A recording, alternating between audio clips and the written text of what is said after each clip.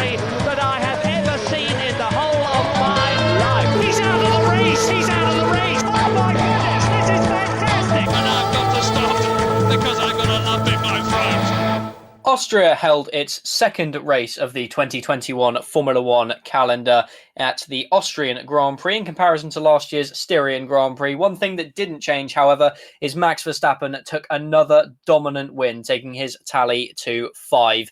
Hello, everyone, and welcome back to Maximum Downforce, the official Downforce Radio Formula One podcast. And joining me, as always, Topher Smith, Ryan Ferris, and someone a bit new to the show, Sam Hall. So, Sam, we'll start off with you. Austria was a lot better race than the Styrian Grand Prix. Obviously, the Styria saw a bit of action, but this race was a lot more lively in terms of the on-track battling. Just give me your thoughts on the race as a whole. Yeah, it was a better race. It was somewhat spoiled by the steward's office, which I suspect we may talk about in a bit. But yeah, no, it was a good race, decent overtaking. And to be honest, as long as it wasn't a repeat of what had happened the week before, I think everyone was going to enjoy it. So, yeah, it was good. And Topher, the tyres this time around were one step softer than the tyres for the race at Styria. Obviously, we saw the C5 as the soft tyre in comparison to the C4 last weekend. Do you think that had some form of effect on the result of the race, or would it have just been as chaotic if we saw the old spec tyre being used? Well, what we saw with the Styrian Grand Prix last week was that it was a race that was a lot more down to the strategy, the tyre strategy that each team was employing. In the Austrian Grand Prix this weekend just gone, we didn't really see too much of that. Obviously, there is the strategic elements in there, but it became a bit more of a race of who's just got the fastest car. And I think that probably favoured the likes of McLaren a bit more. As you saw, they got a lot more speed out of their car. And Lando Norris was able to get onto the podium like he did. Obviously, a little bit helped by Lewis Hamilton having his issues in the Mercedes. But if you look at the comparison between the two Grand Prix, between Styria and Austria, Styria, a little bit of a damp squib, their race, not really too much going on. It's just the strategic elements of it. Whereas this weekend just gone in Austria, we saw a lot more of an actual motor race. Ryan, it was basically almost it was a lights to flag victory for Max Verstappen. He took his first ever Grand Slam in Formula One in his career. He came very close last week, but in Austria, he finally managed to clinch it. Do you think that it was just a Red Bull track, or are Red Bull now directly at the top of the order? It'll be interesting to see, because going into Silverstone, generally that's been a Mercedes track. But I don't know, Red Bull have been fairly strong at certain races. Although it always seems when it comes to Austria, one of the Mercedes seems to have at least one problem, if it's not sensor problems or other stuff. It's going to be interesting. I think if Red Bull can go to Silverstone and be just as competitive, then I think it's definitely going to be a Red Bull season this year.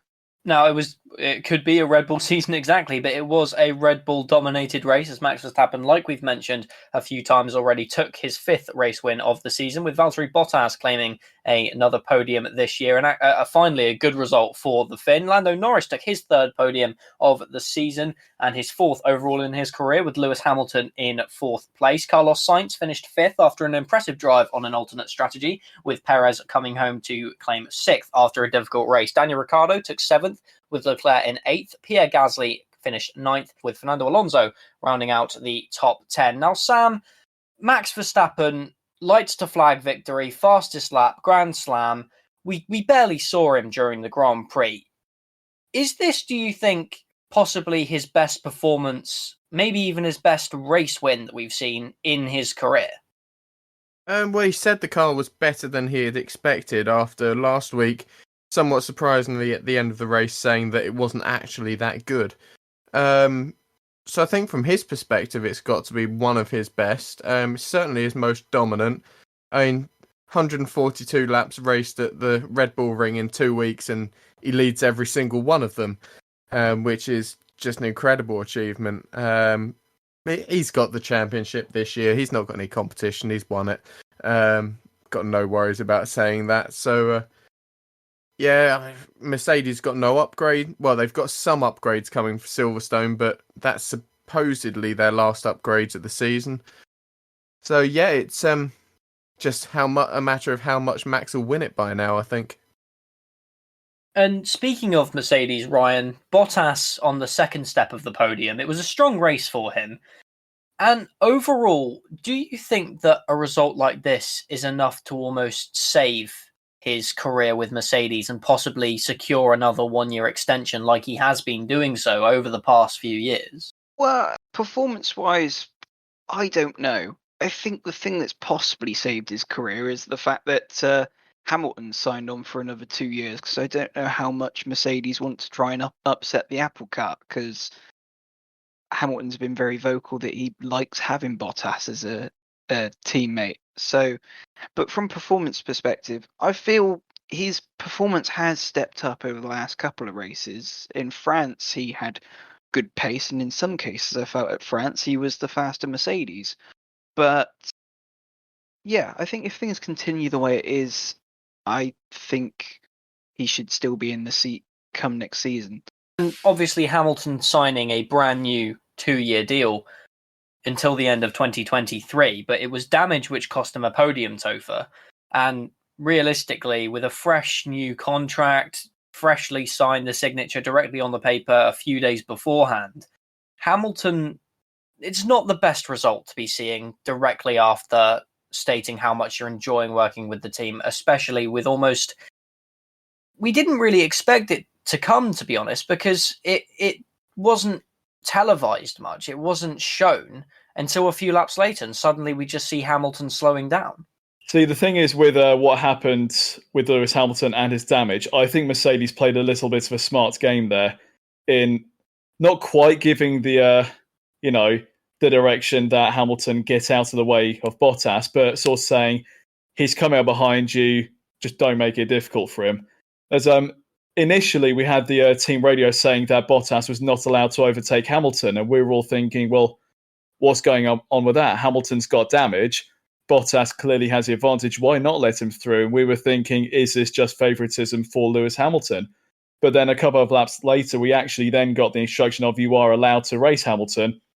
And eventually he did get past and went through into second position. I said it in our Downforce radio chat at the time that Mercedes actually did a very smart move there in allowing Bottas to race Hamilton and eventually overtake him, because if they hadn't have done that, if they'd told Bottas for the entirety of the race, hold station behind Hamilton, then both Mercedes cars might have come under pressure from Lando Norris, who was absolutely flying at the time. And he was able to get past Lewis Hamilton, who did have the damage at the time. But if there wasn't for that team order, then he would have gotten past Bottas before getting past Hamilton, and then Mercedes would have lost effectively 2 positions rather than just the 1.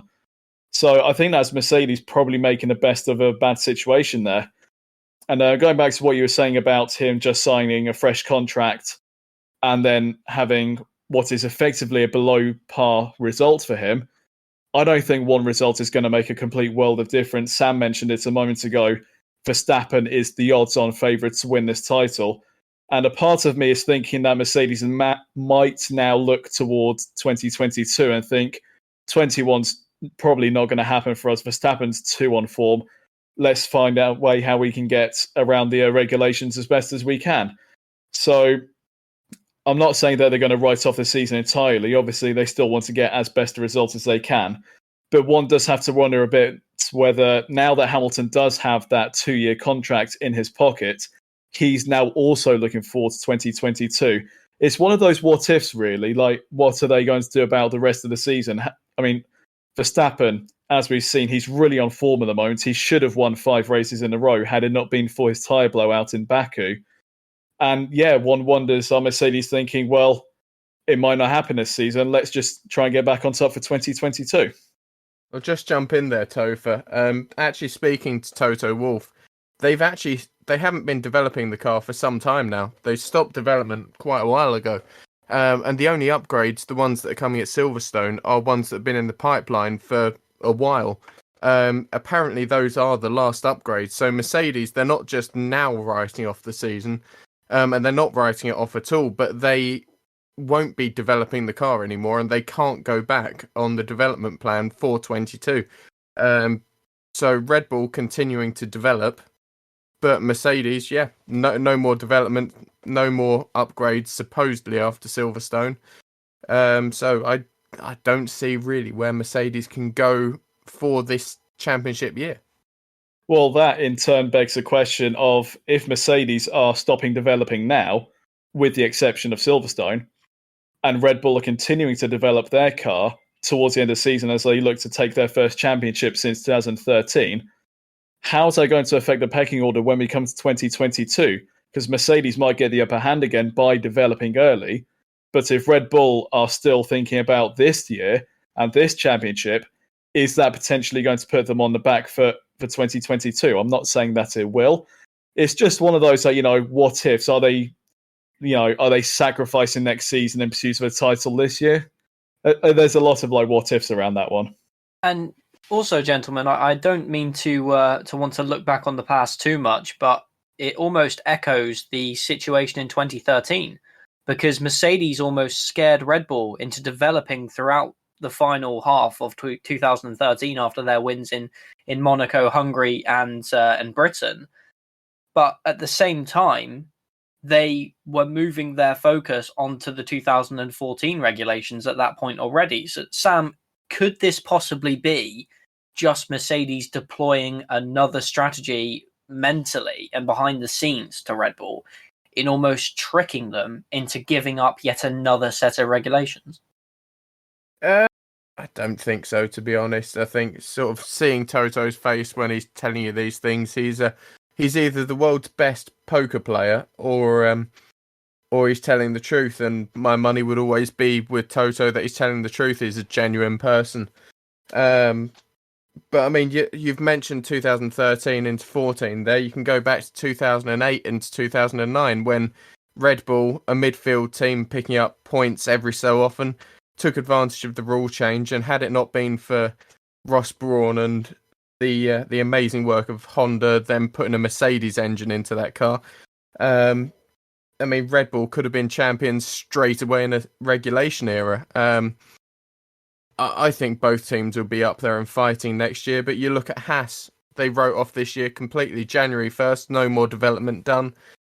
All their money, all their focus on 22. So really, we had Honda, like I say, jump up with Brawn. You could genuinely see something like Williams or Haas jumping up the order and be maybe contenders or winning races and podiums next year. It's not beyond the realms of possibility. I think when we discuss 2021, especially, Ryan, we're almost focused on the teams at the back, like Williams and Haas, and then we're also talking about the teams at the top, Red Bull and Mercedes, but the grey area is almost in the middle of the pack, because with the fight going on between Ferrari, McLaren and Aston Martin, Alpine, teams such as that, do you think they go for a split strategy in terms of next year's development and this year's development? Or are more teams writing off this season as we approach the summer break, for instance, shift their focus into the new regulations? I'm not entirely sure, to be honest, because I mean, McLaren have been doing a very good job of getting that car up to speed and beating Ferrari. And then Ferrari have kind of found themselves in a little bit of a performance rut recently, since there was, whether or not it has been something to do with the new tyre pressure and regulations that have been brought in. But it's going to be interesting, because obviously Aston Martin, how are they going to manage next season? Because it's not like, they can press copy and paste on whatever Mercedes come out with for next season. Or is that me being a bit too cynical? And, Alpine, I mean, from what I can remember, they're still running a 2019 tub in that car. So it's that Alpine's kind of a very old car. It's almost like it should be coming to races on Zimmer frames. So they might already be thinking about might have already been throwing stuff for next season. At the end of the day, we're just going to have to wait and see to find out in pre-season testing of 2022. But let's move back to the present rather than the future. Sergio Perez had an interesting race, Topher, to say the least. Going side by side with Lando Norris into turn 4 and heading off after going alongside around the outside. We'll discuss that incident later, but I want to shift focus for now, at least, to the incidents with Leclerc, because after that incident, we sort of thought he might be able to come back, possibly take P4 if he can catch Norris in the 2 Mercedes cars, if he gets lucky, that is. But it ended up being a rather sloppy race. He was almost, I don't want to say erratic whilst fighting Leclerc, but he pushed Leclerc off twice and got 2 penalties for it. So it's almost something gets done to him and then he does it instantly back to another driver. It's quite an odd situation. It really wasn't a good shade on Checo, was it? I mean, I don't want to say it because I really like Sergio Perez, but he was made to look almost amateur in that race. And this is a guy who was in his 200th Grand Prix, and he's going making mistakes like that. I mean, he's a 2-time race winner. He's been around long enough to know how to drive a Formula One car to its very best. But yeah, just something just didn't really click with Sergio over the weekend. He had those 2 incidents with Charles Leclerc. And it's a sort of instance you probably see at Formula 3 level. You know, the guys who are trying to prove themselves and, you know, try and get that advantage. Maybe in some ways in a little bit of an unfair way, but I don't think that Checo will have done them intentionally. He's a hard racer, but he's also a fair racer. And it was kind of a coincidence in some ways that it happened to the same driver because they were fighting for each other for, for however many laps they were. But yeah, Perez, it just really wasn't a good race for him. At the end of the day, he did recover to finish in P6 in that race, just behind Carlos Sainz with his penalties applied. I think it was less than a second between those two after Perez had his penalties applied. So in terms of his pure race result, 6th place, 8 points, it's not that bad. I mean, he still put some points on the table. It's still some points for himself and for Red Bull. But when you go and make mistakes like that in pushing another driver off the circuit, no less the same driver twice, you do have to think what was going on with him that weekend. But knowing Sergio, he'll put it behind him. He's already gone and apologized to Charles. Charles has said that he's accepted what happened. He's not going to linger on it, and he's going to move on to the next race at Silverstone. So, yeah, I don't think either of them will be, thinking about it too much. Perez will now be wanting to get his head down, look forward to the next race at Silverstone. I think, how can he get back onto the podium again? And Sam, by finishing in 6th, if my maths is correct, it means that Red Bull scored 34 whilst Mercedes scored 30. So even after all of the poor decisions and poor moves that Perez made throughout the race, he is still helping Red Bull outscore Mercedes. Yeah, I mean, they extended their gap by 7 points across the 2 races, which isn't that much when you think about it, given the points difference for first to second. But yeah, no, Perez is doing the job that they hired him for, that Albon couldn't do, that Gasly couldn't do when they were in that second Red Bull car alongside Max. And I mean, we saw it in Azerbaijan. Max had his problem. Sergio was there to pick up the pieces. Again, Alex and Pierre wouldn't have been there, or at least given their ability that they showed in the Red Bull, taking that on in isolation, they wouldn't have been there. So yeah, he's doing the job. Red Bull, maybe the Constructors is where we're actually going to have some fun this year with that championship, because I do believe Max will be the drivers' champion. He'll put an end to Lewis's run of domination. But I'm not so sure about the Constructors. I think Lewis and Valtteri as a team, probably the best team on the grid. Not the best 2 drivers, but the best team on the grid with drivers. And yeah, Mercedes, I wouldn't write them off the Constructors just yet, like I've written Hamilton off of the actual Drivers' Championship. There's one thing that I'd just like to quickly interject here as a little bit of history for you. Sam, what you were saying about the fact that Verstappen is probably going to win the title this year, I do completely agree with you. But one thing I'd like to bring up here is a certain Monegasque racing driver, And no, it's not Charles Leclerc. It is Stefano Coletti, if any of you remember that name. Used to race in GP2 series from 2009 till 2014.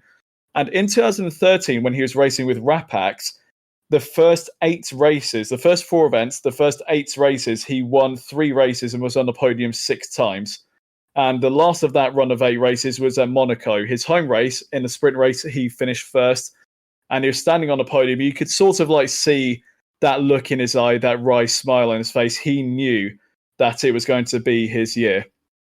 After that round in Monaco, where he won the sprint race, and everyone's thinking he's going to run away with the title, he had one more third place finish at the Nürburgring feature race, and then did not score any more points for the rest of the season.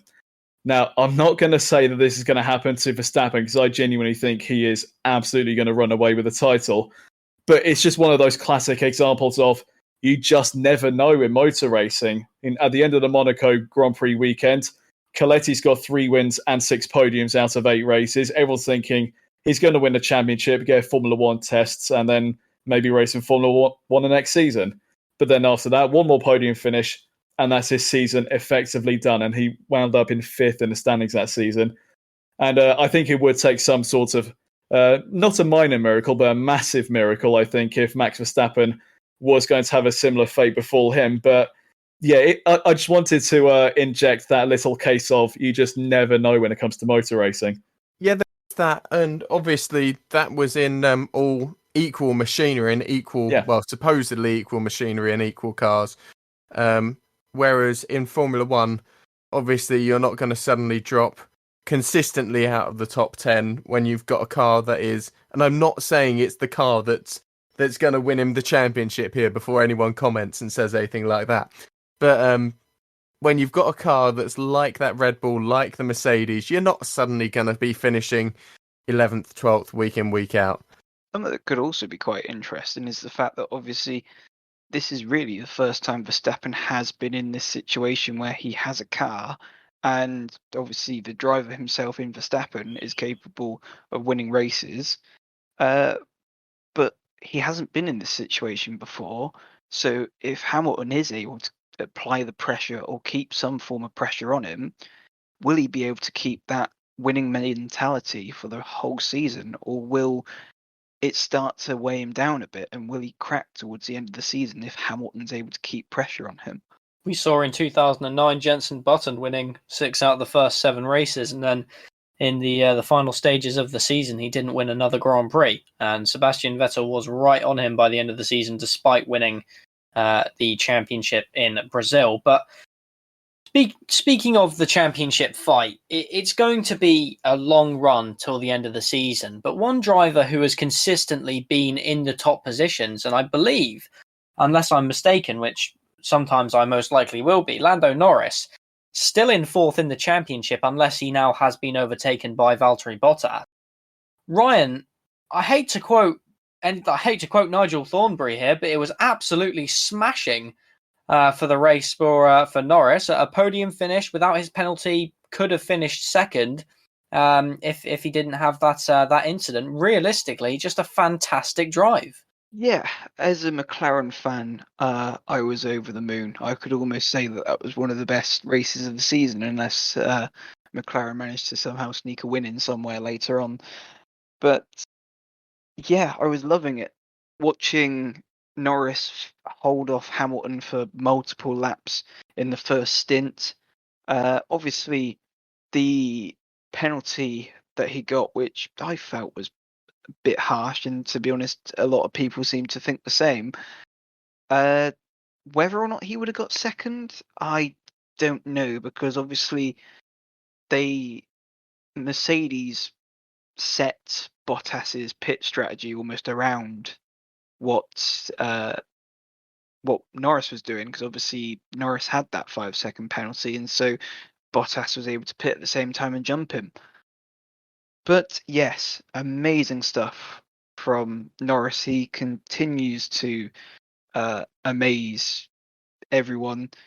I remember people saying when he was in karting, this guy is a potential F1 champion, and I was thinking that's a bit early to be saying that sort of stuff, but he's managed in this last season brought along the maturity to basically carry that McLaren team at the moment, and he's been constantly bashing out brilliant results. Well, his results have been so good that he's actually already scored more points than he's ever scored in a F1 World Championship season. In his first season, he scored 49. Last year, in the 17 races that were competed, 97. This year, he's on 101 already. So that's job done for Lando, really, this year. I mean, as a driver, you always want to do better than you did last year. 3 podiums. He'd only had 1 before, and that was oddly at Austria exactly a year ago, when he got 3rd this time around. Give him the machinery, he'll deliver. He is a future champion, and if he hadn't just locked himself into a new contract with McLaren, I'm sure that Mercedes might have been casting a longing eye over him, going, "Oh, he would be good in place of Valtteri, wouldn't he?" At the same time with Norris, he had a fantastic Grand Prix, but there was also that penalty right at the beginning of the race, which almost, like to quote Sam there, cast a shadow over his race. To be honest, it was that nagging doubt there. Norris said he wasn't happy after the race because of that penalty, and it did cost him a 2nd place. If we look at it, he could have possibly held behind Bottas if we look at the theoretical side. So this is a question to all 3 of you. We'll start with Sam, we'll go to Topher, and we'll finish up with Ryan. The penalty system in Formula One, especially in the post-race driver conference, Sam, I'm sure you would have been watching this with a keen eye. The drivers, especially Max and Lando, almost condemned it, saying that it was unfair, it was unrealistic, and to quote Max, I think, if Lando were to have 6 of those incidents in 12 months, he would be given a race ban, and he would not feel that that was fair. Is there something that the stewards can do, or the FIA can do as a whole, to almost change the rule book to make it more realistic and a better system for drivers in the future? In the future, yeah, but not this year, because the drivers, the teams, FIA, Formula One, they all have a say on the penalty system that's going to be in place for the year, and they all voted it through. They all said, yeah, that's fine, we accept that, we'll race to these rules, to these regulations with these penalties. And so, I mean, the drivers have only got themselves to blame, really. That being said, the Lando penalty and the 2 ones to Sergio were pretty nonsensical, to be honest. I mean, I'll go back to Bahrain at the start of the season. Max Verstappen got his penalty or had to allow Lewis back through, for overtaking off the track. If you want to look at it the other way, Lewis didn't leave him racing room and forced him off the track. So should Lewis now have a retrospective 5-second penalty to draw that in line with all of these other incidents that are now occurring? We see it all the time when there's tarmac runoffs. Drivers will just run a rival wide, so look, I can keep my position, I can get an advantage by pushing you off the track. Just because there's tarmac, it's seemingly allowed, where there's gravel, it's not. So just need some consistency, and especially in Lando's one, the first lap after a safety car restart, the driver stewards need to look at themselves seriously and go, hang on, what am I doing here? Am I actually going to represent the drivers and what's going through their heads, or am I just going to sit here and be a steward with no voice? Probably gone off a bit on one with that one, but those penalties were a bit stupid over the weekend. Oh, that's exactly what we like on this show, Sam. It's just thoughts on the situation, get it out, and at the end of the day, I completely agree with you there, and I'm sure that Topher does as well. Yeah, absolutely. I think Sam has absolutely hit the nail on the head there. When it comes to decisions from the stewards regarding penalties, the one thing that I wish for more than anything is consistency. And yeah, there are some penalties that are a bit questionable, and I'm more on the side that the one between Sergio and Lando was a little bit questionable. It kind of set the precedent for the rest of the race, really, because then you had the same penalty being applied to Sergio twice for his 2 incidents with Charles Leclerc. And we did have that consistency, and I didn't have any qualms with that. But when you ask the question, should it have been a penalty in the first place between Lando and Sergio? I don't think it was. I think it was borderline, but borderline at best. I think it was just good, hard racing. And what Sam said about the incident in Bahrain between Lewis Hamilton and Max Verstappen, I think that's actually a really good point bringing that up, because you could very well argue the point, did Hamilton force Verstappen off the track, and why wasn't a penalty applied to him? You do kind of have to take each individual incident as it comes, as it happens. But the difference between Bahrain and Austria, I think Sam touched upon it when he was going off on his rant, is that in Bahrain you do have the runoff area, which sort of like lessens the impact of one driver being forced off, whereas in Austria you've got grass and then you've got gravel. So when the driver is forced offline and past the white line like Sergio was, he's going to be on the gravel, and it's going to be even more of an impact for him in terms of his race, because he fell a lot more positions down the field than what Max did in Bahrain. So different tracks breed different sorts of ideas regarding penalties just by their very nature. You have some tracks that do have the gravel traps, some tracks have the runoff areas, and you could have pretty much a carbon copy of an incident but have completely different outcomes because of the way that the circuit is laid out. And like I said at the start of this, that I think the most important thing for any steward is to be consistent with their decisions. And whether it was a penalty in the first place or not, I mean, I'm not a driver steward, so I suppose I don't have any, official say in the matter. But if it was down to me, I would have said to the drivers, it's racing, just get on with it. It was consistent, but consistently wrong. Yes, I think that is a very good summation of what I've just said, Sam. Well, the way that I kind of look at it, out of those 3 penalties, the only one that I could only really argue was a penalty was the first Charles Leclerc or Sergio Perez and Charles Leclerc, because Perez did make a slight mistake and bump into the side of Leclerc, which you could have argued did force him off the track. But the other 2, I kind of felt, the drivers know that there is gravel on the outside of the track, and the thing is, the car at the end of that corner, it's downhill, and so the car's going to naturally go towards the racing line. And so unless you are fully committed to going around the outside, which Sergio wasn't 100% committed to, you're always going to end up second best. And the same situation for Charles Leclerc going around the outside of Perez into the next corner, because Perez is going to take his racing line, which he did, which then forced Leclerc off the track. Now, the other way you could look at it is, if they are going to be handing out penalties for that sort of stuff, are drivers going to start abusing it and purposely put themselves in positions where they then get the driver next to them to get a penalty because they've put themselves into a position where they're going to go off the track? I have a solution to this, and I will refer back to my good old friends in Australia. Oddly, it was Michael Massey who was actually one of these who sorted this out in Australia.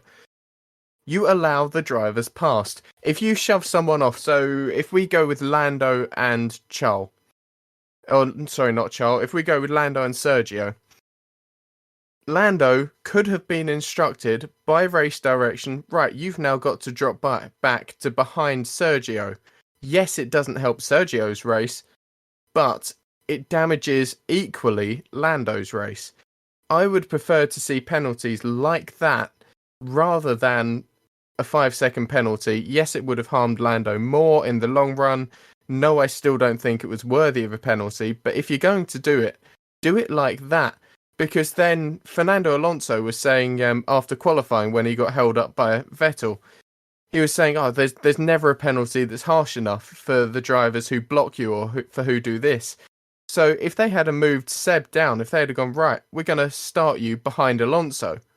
We'll move everyone else up position. You'll start behind Alonso because you damaged his lap. Vettel's got an equal penalty to what essentially he gave Alonso. And if you do that in the middle of a race as well, you're equaling out the treatment. You might upset a few more drivers like that if you did that, but no one could argue against it being fair. I have just one more thing that I want to say regarding the the Lando Sergio incident. This is how I saw it at the time when I was actually watching it live. I feel as though that when they had the coming together and Sergio went off, Lando was actually ahead on track. So I was looking at it thinking, should Sergio have maybe backed out of that because he actually wasn't ahead of Lando at the time? So maybe the prerogative was a bit more on Sergio actually to not commit to a move around the outside when he's not actually fully alongside. I mean, there are different ways you can look at that, obviously, but as I saw it at the time, my immediate reaction was Sergio wasn't even ahead of Lando, so Lando basically had the incentive to take the racing line as he saw fit. And as I said, there's different ways to look at that. You can argue that in different ways, but yeah, just part of me thinks that maybe Sergio sort of did his own racing by doing that move, just by not getting fully alongside him around the outside. Maybe he should have backed out of it a bit more. One thing that people have been suggesting is that the problem doesn't lie on circuit with the drivers, but it may reside in the stewards' room in the form of some of the race directors, some of the people actually calling the shots. Sam, just a final point on this. When responding to the idea that it's not the drivers, it is the officials who are the problem, how do you react to that? Well, the officials have got to go by the rule book, which, as I say, is agreed upon by the FIA, Formula One, and the teams. And the drivers will have some input, but they don't have a vote on it, so it's the teams. In my book, if you agree to a set of rules, you've got to be prepared for those rules to be interpreted in the literal sense. So, in taking it as that, yes, Lando did force Sergio off the track. Yes, Sergio did twice force Charles off the track. And the rules are very clear. You can't do that. You've got to leave a car's width. Where it becomes messy is the track limit, because Lando could quite easily argue, oh no, I thought it was the edge of the red and white curb that was the track limit, sort of, because that's where it is everywhere else. So, I mean, this is where sort of that escalates as well. But I don't think it's the officials that are a problem. I think it's the rules. And if you agree to a set of rules, you, as I say, you've got to be prepared for them to say, call a spade, really. If you agree to it, that's on you. If you want clarifications, ask for clarifications before the rules get put into legislation. Otherwise, it's too late, and they all know that. Well, I think we've got your opinions from all three of you very strongly on that. At the end of the day, it is clearly something which the fans are demanding looked at and the drivers are demanding looked at. So possibly at the end of this season, we could see something happen. But one driver in comparison to his teammate that we have been seeing struggling over the season, Daniel Ricciardo, as you all know, I've been quite critical of Ricciardo over the season in comparison with drivers who have also stepped from one team to the next. Ryan, you were just saying how you were quite a big McLaren fan. So I suppose it was good for you to see Daniel Ricciardo stepping up from 13th in the race and finishing 7th by the end of the Grand Prix at the waving of the checkered flag. Is this a sign that Ricciardo is struggling more in qualifying in comparison to the race, or do you feel that he is just that far behind Lando?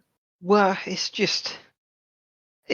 really hard to say about Ricciardo because he's been so promising with every other team that he's been with, and so far up until now he's been quite a major disappointment at McLaren.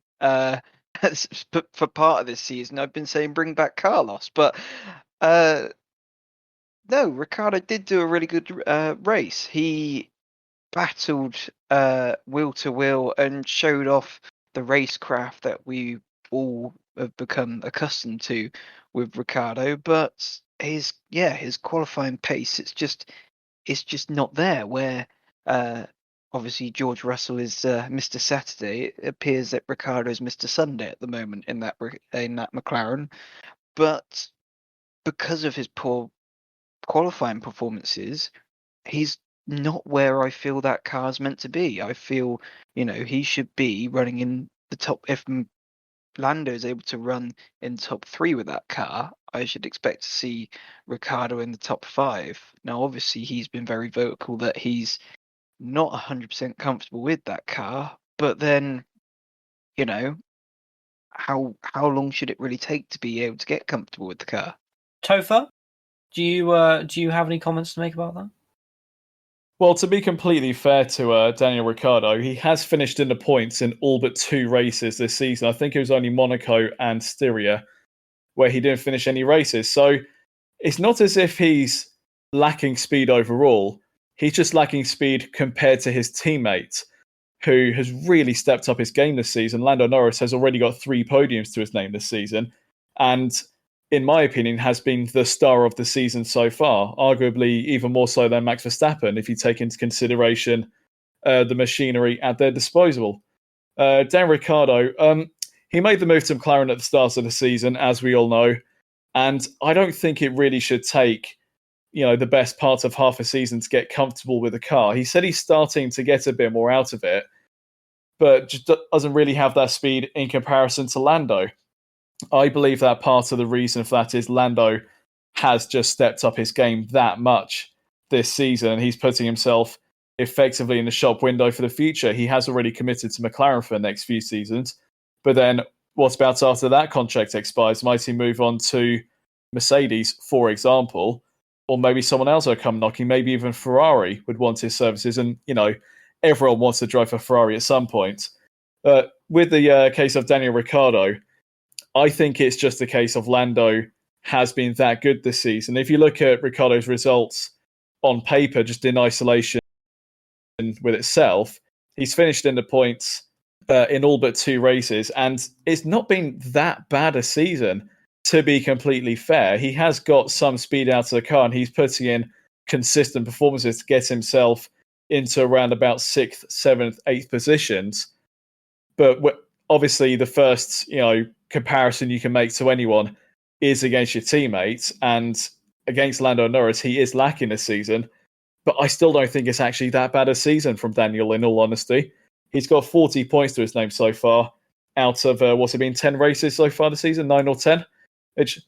I don't think it's the end of the world for Ricciardo. We all know just how good he is. You don't become a 7-time Grand Prix winner by accident. So we could keep on saying every time he just needs more time to get on with the car, get a handle on it, know how to extract the most out of it. I think he's not that far off making that breakthrough. I think he just needs an extra couple of tenths here or there, and he'll be right on it with Lando. He's really not that far behind Lando at all. I mean, points-wise, it looks disastrous. He's 61 points behind Lando after not even half the season. But he's only 1 point behind Carlos Sainz. And when you think, if you assume reliability being perfect, Mercedes and Red Bull are probably going to be the top 4 at most races. Lando's broken in there 4 times, 1 through a retirement through Valtteri Bottas. But, I mean, Dan's not that bad. I mean, so top 4 being set, if Lando's getting 5th, Daniel's been 6th 3 times already, 7th twice. So really, he's absolutely on the money in the races. And as Ryan said, it's qualifying that's letting him down. Monaco, that result would never have been a 12th in a million years if he had not qualified so poorly. The Styrian Grand Prix was a blip, yes, but there were reasons behind that as well. I mean, I can't wait to see Daniel up to speed, because if you got Daniel and Lando firing on all cylinders from the word go next year in completely new machinery, it'll be brilliant. Because I mean, this year, obviously, Lando's been in this car for a year, this pretty much exact car for a year already. So whatever Daniel's doing, he's 12 months behind Lando. Yes, he's been in the sport longer, but he's a whole year behind Lando on understanding this car, understanding the setup direction that you need to take.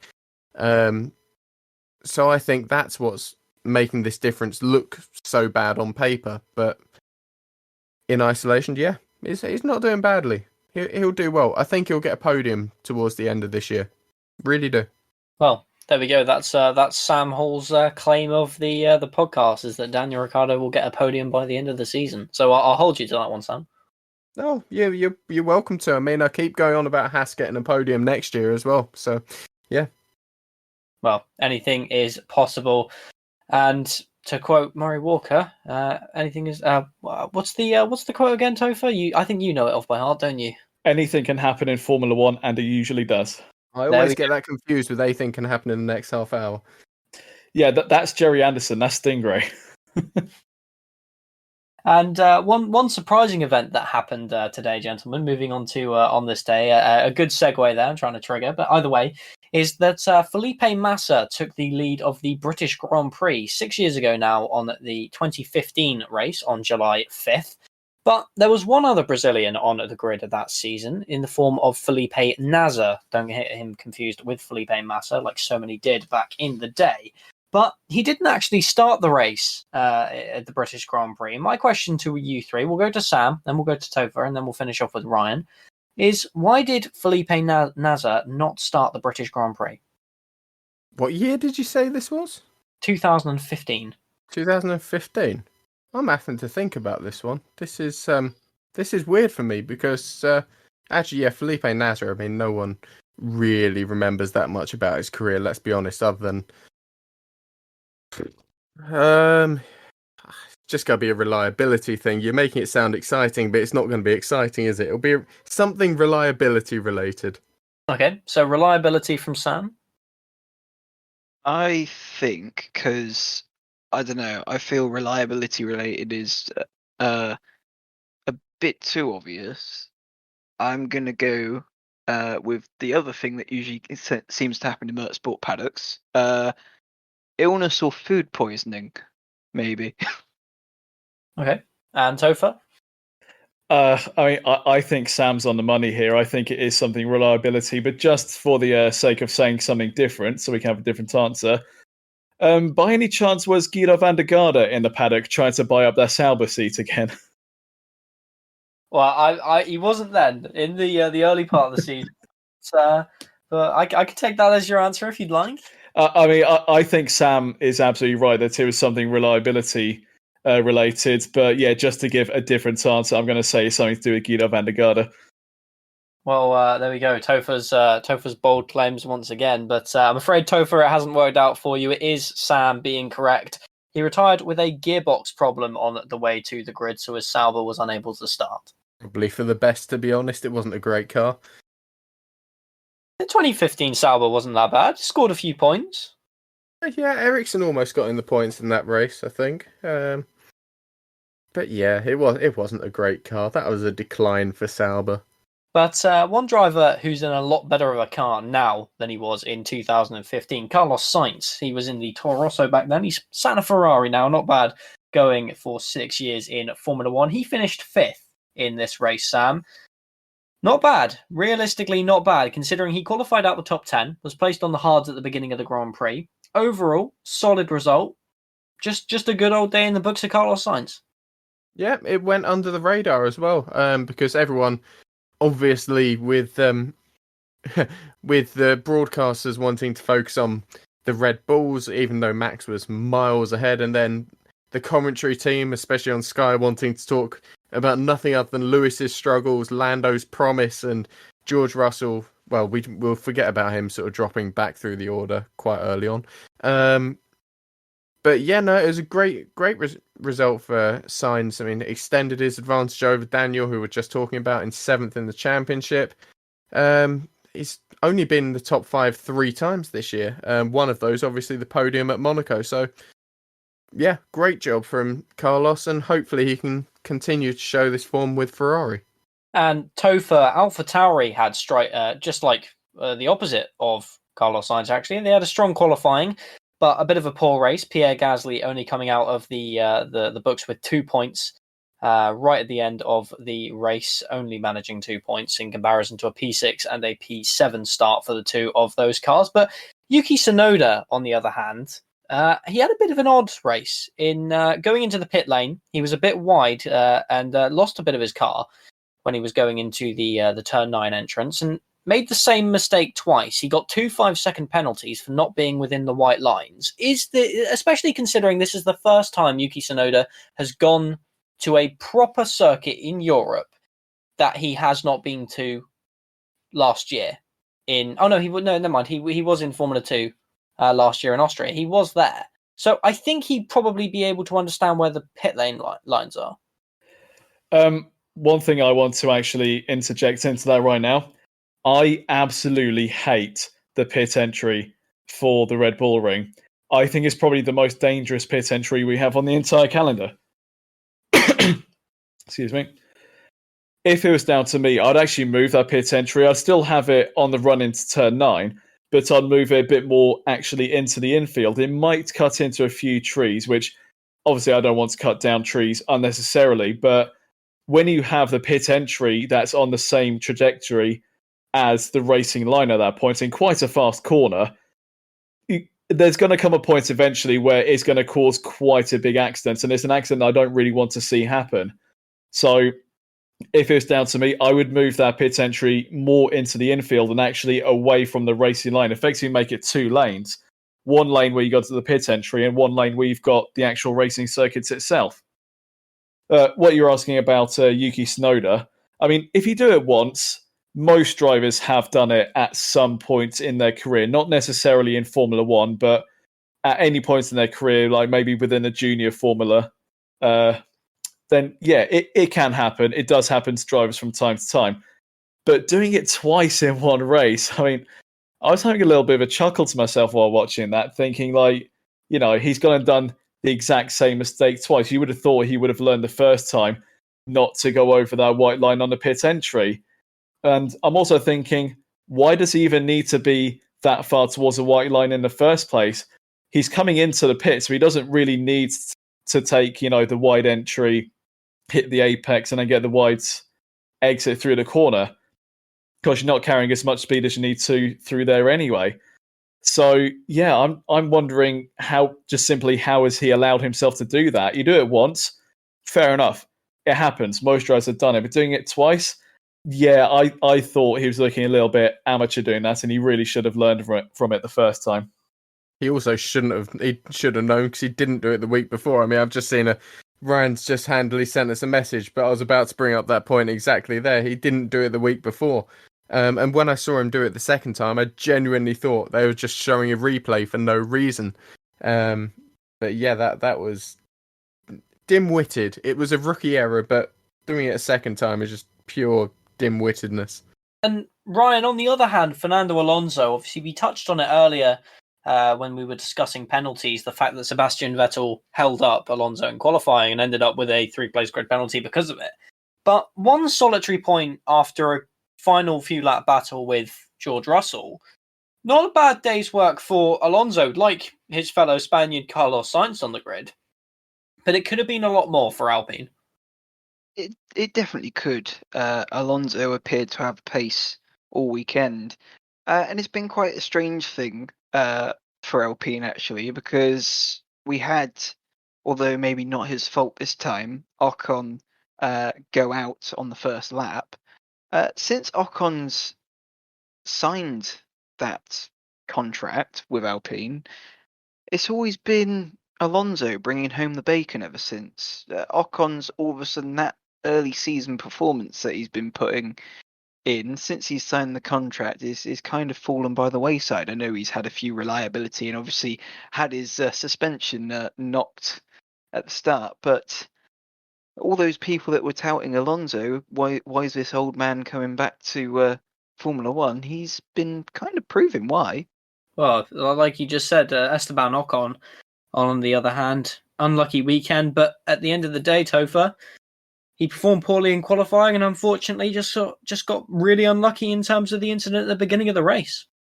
Yeah, it was just one of those things. I mean, we saw the on-boards from Ocon's camera. He just got sandwiched between, who was it? Was it Schumacher and Giovinazzi, I think it was, if I remember that correctly. It was just one of those things. It was just unfortunate. And yeah, it probably would have been avoided with a better qualifying effort from Ocon. But it's just one of those things that happens in Formula One. Sometimes you'll have a driver who doesn't necessarily have the best qualifying session, and ultimately they will end up paying the price of that, be it through a poor race result, not scoring any points, or getting caught up in the traffic of lap one. And Esteban Ocon, simply just in the wrong place at the wrong time, got sandwiched between Schumacher and Giovinazzi, and it puts an end to his race. Yeah, it's just simply one of those things. Now, Sam, another clumsy incident right at the end of the race in comparison to Ocon's right at the start. Kimi Räikkönen, just sort of, I don't really know how to explain it, to be honest, Sam, because he just sort of went into the side of Vettel. Was he looking where he was going, or was it just some form of Vettel came alongside and Kimi just didn't realise in time? Both of them seemed to be equally confused after the race about what had gone on. So I mean, I think it was a case of both of them looking ahead. You can barely see anything in those mirrors anyway. It was a racing incident. I mean, I know Raikkonen's picked up some points for it.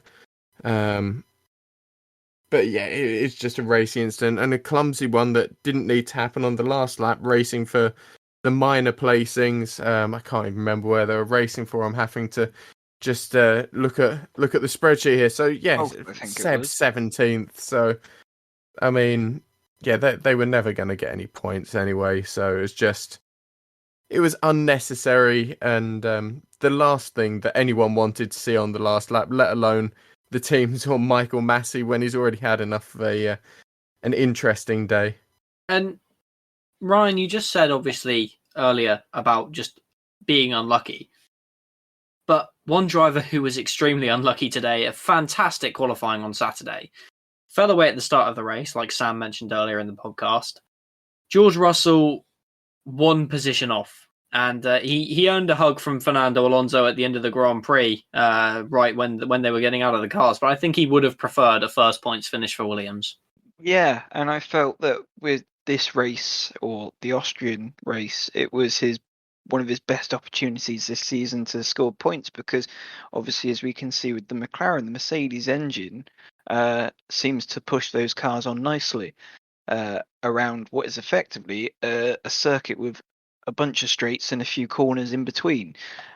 That's a brilliant description of a circuit there. I am living for that description. Well, it's this kind of, there's like three major straights, long straights, well, if you could call one of them a straight, because it has a bit of a curve in the middle, but yeah, it's just really disappointing for Russell, because I think that was his best opportunity. And like he said, of all the people to find in his mirrors on those last few laps, Alonso wasn't the person he wanted to see. I think if it was anyone else, he could have probably fended them off to the end. But when you're coming up against someone like Alonso, definitely a tough cookie to keep behind. And obviously Alonso himself said of all the people in 10th position, he didn't want to see Russell there, knowing that he was about to rob another opportunity for points off of him. But yeah, disappointment. I think there's definitely positives to take from it, because first time in Q3 and spent a lot of the race, however he seemed to struggle at the start, almost odds on for that points position, but yet again it just wasn't meant to be. With George Russell, he's putting in these sorts of performances at just the right moment.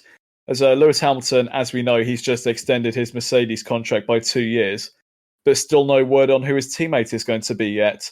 And George Russell putting the Williams into Q3 on merit, and into Q3 for the first time since 2018 Monza, I think it was.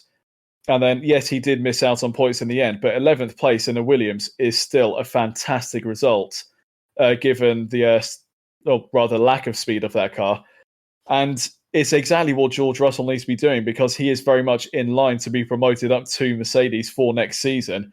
If he's putting in these strong performances now, at just the right moments when there are questions being raised about who is going to be Lewis Hamilton's teammate, I think George Russell putting in these sorts of performances now at a crucial moment in the season when the team have said that they're going to make a decision in the summer, and it's perfect timing for George Russell, and I think he's making that decision for Mercedes a lot easier with the performances he's putting in Austria. And like Topher just said, you need to be able to show yourself off to not only teams, to the fans, to everyone in the Formula One paddock, you need to show yourself off as a good character and a fast driver. Unfortunately, Sam, Nikita Mazepin hasn't really had the car to present himself as a fast driver, as a driver who can finish at the top of the midfield, because unfortunately he has a car which is nowhere near in the midfield. It is right at the back of the grid. But one thing I did notice is Haas have taken a bit more of a PR approach. Obviously, Mazepin at the start of the season, we've touched on this before, he wasn't the best received driver on the grid. But over the past 2 races, we've seen the Mazepin and the door which Mazepin gave Gunther Steiner. And I just want to point out that looking at the comments section, we're at the beginning of the season, we saw people saying stuff about Mazepin, wanting him out of the team. I'm seeing more and more comments stating that Haas is the funniest team on the grid. Nikita can be a funny guy. It's almost a perfect presentation of the way that teams and drivers use their public presentation and almost redeem their image to fans. Yeah, they're being very cute with it. They're being very clever, and they had to do something because they knew it wasn't going well. The problem is that people will keep looking at the on-track performances. They'll keep seeing the results that, let's be honest, are not brilliant. I mean, he finished 19th, so last. The other day, finished behind Mick Schumacher. He's been behind Mick Schumacher, is it all but once this year, I think. Just looking through. Actually, it might even be worse. It might be... Oh, yeah, it is all but once. Monaco, he was 17th with Mick 18th. But I don't know. I mean, he talks a good game, sort of says, yeah, let me do my talking on the track. Okay, then go and do something. And he can't. He's constantly behind Mick, constantly a lot slower than Mick.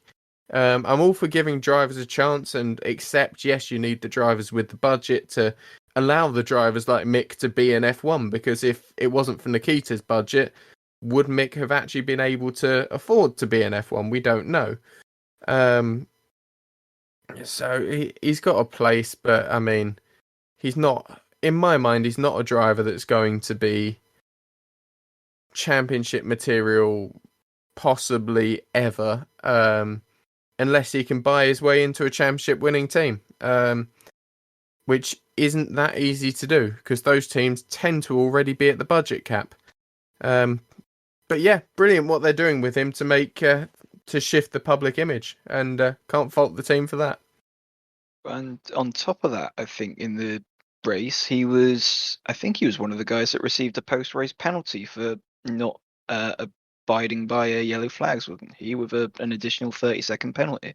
He may well have been. Let me just consult my handy document. I've got the list up here, actually. Mazepin was one of those.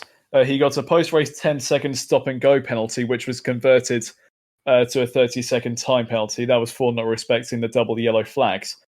Also involved in the quite massive stewards inquiry that we had, Sergio Perez, Yuki Tsunoda, Lance Stroll, Kimi Raikkonen, Sebastian Vettel, Nicholas Latifi, and Nikita Mazepin. So, yeah, quite a busy day for Michael Massey et al. In the steward's office. Well, there we go, gentlemen. I think that is all we have time for today. We've covered the biggest, the best, and the boldest points from the Austrian Grand Prix weekend. So thank you very much for joining me, Sam, Ryan, and Topher. And thank you very much to all of you who listened at home. Remember to check out all of our social media at Downforce Radio on Facebook, Twitter, and Instagram, as well as the website where you can listen to all of the greatest new hits, as well as all of the Downforce Radio shows and news. Thank you very much for listening. I hope you have an excellent evening wherever you are, and goodbye.